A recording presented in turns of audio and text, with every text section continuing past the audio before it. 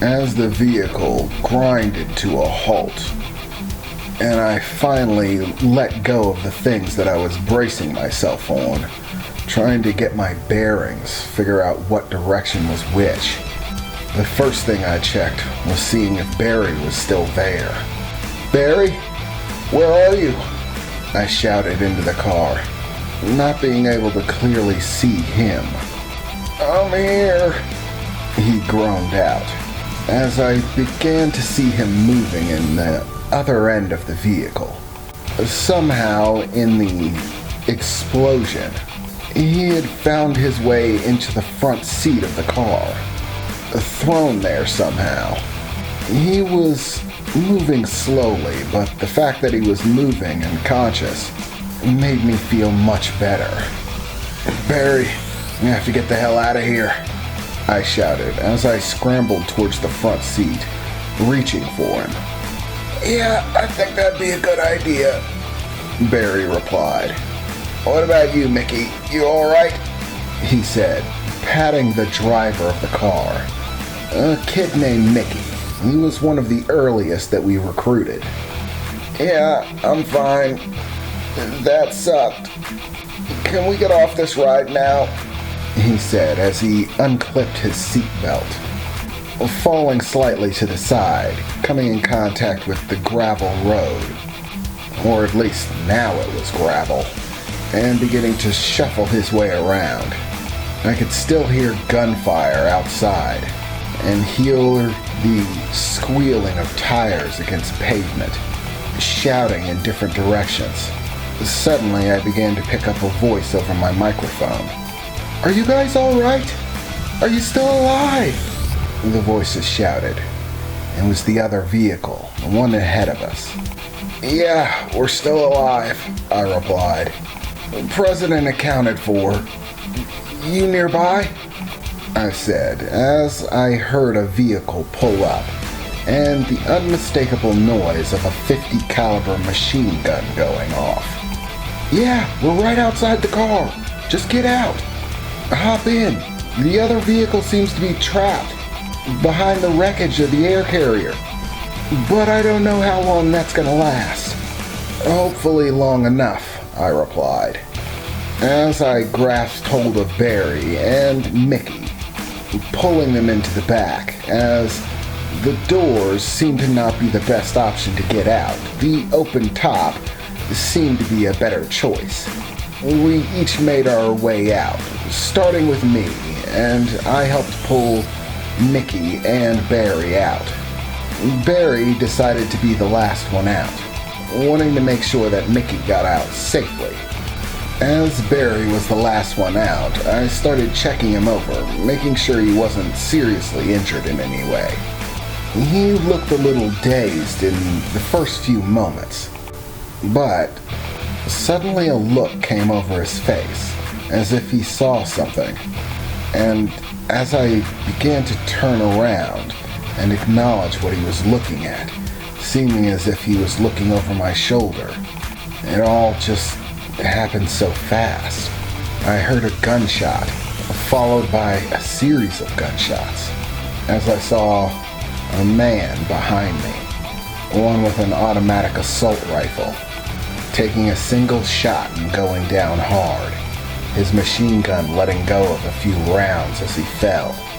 It almost made my heart jump out of my chest for a moment, as everything started to click together, realizing that Barry had pulled his pistol, a sidearm that he kept with him, and once again saved my bacon.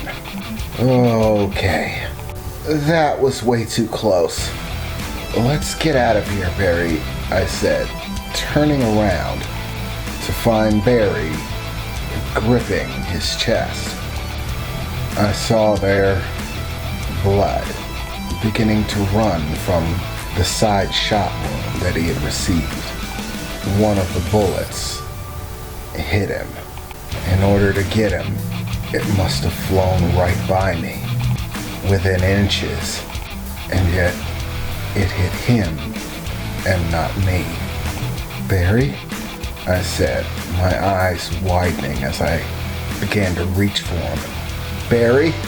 He stumbled back for a moment, falling backwards into the edge of the vehicle. "Barry!" I shouted again, trying to get some sort of response, as I was beginning to panic. Damn it, this can't be happening.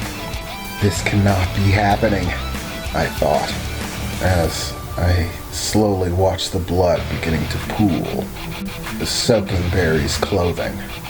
Wow, that guy's a real shit shot. How do you shoot at someone and hit the person behind him?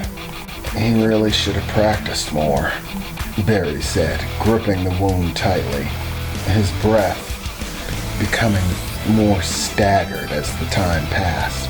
Even though it was just a few moments, it already seemed like Barry was fading. Without any thought about it whatsoever, I ripped the front half of my shirt completely apart, wadding it up and beginning to press it into the wound. The other half, I formed a sling around his midsection, tying it as tightly as I could. "Come on, we have to go," I shouted. "Mickey, help me!" I shouted at Mickey, as he was staring at Barry far more intensely than I was, tears beginning to well up in his eyes. "Oh, don't look at me like that. It's like you expected me to be immortal or something. People die, Mick. Sometimes people get shot. It happens," Barry said, a smile still on his face. How was he still smiling? I was at a complete loss, angry and panicking. Mickey was no better. I was at least constructive panicking, trying to get Barry away, to reach the car. Mickey seemed to be frozen in place. After seeing the bullet hit Barry, it seemed like the fear of death was starting to sink in. He was afraid, scared to even move. He looked up to Barry. Everyone did.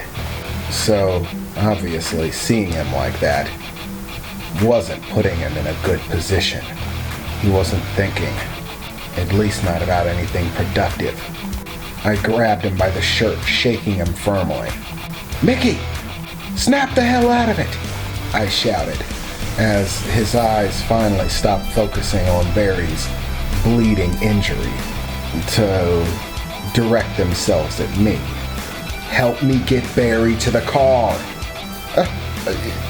Yes, he said, as he finally got up from his knees and began putting Barry's arm over his shoulder.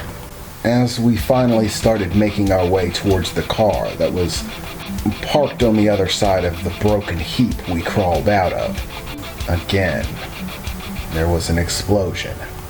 This one sent me reeling, and basically everything went dark. The time in between when I went out and when I woke up, a great deal must have occurred. It felt like a fair amount of time had passed. I woke up inside of a vehicle, one of our vehicles. I could see someone else in the vehicle, several individuals. There were the kids that we assigned to drive the car and gun it. Of course, they were still alive and well.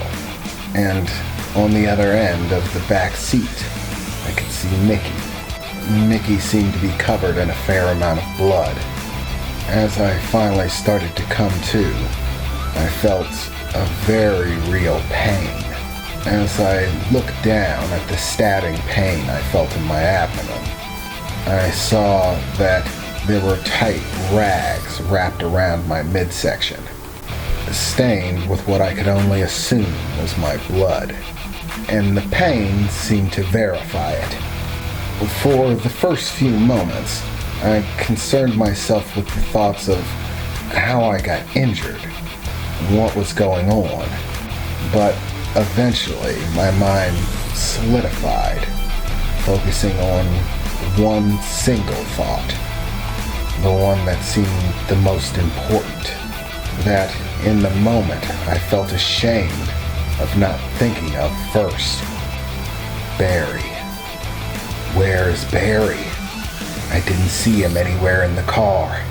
My heartbeat sped up again as I looked around rapidly, my eyes darting from one place in the car to the next.